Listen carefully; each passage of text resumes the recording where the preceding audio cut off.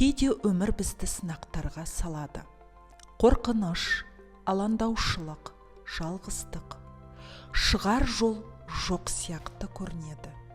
Бірақ көмек жақын. Психологиялық қолдау, естілудің, өзіңді түсінудің және алға жылжуға күш табудың мүмкіндігі. Бұл қиындықтармен жалғыз күресудің қажеті жоқ.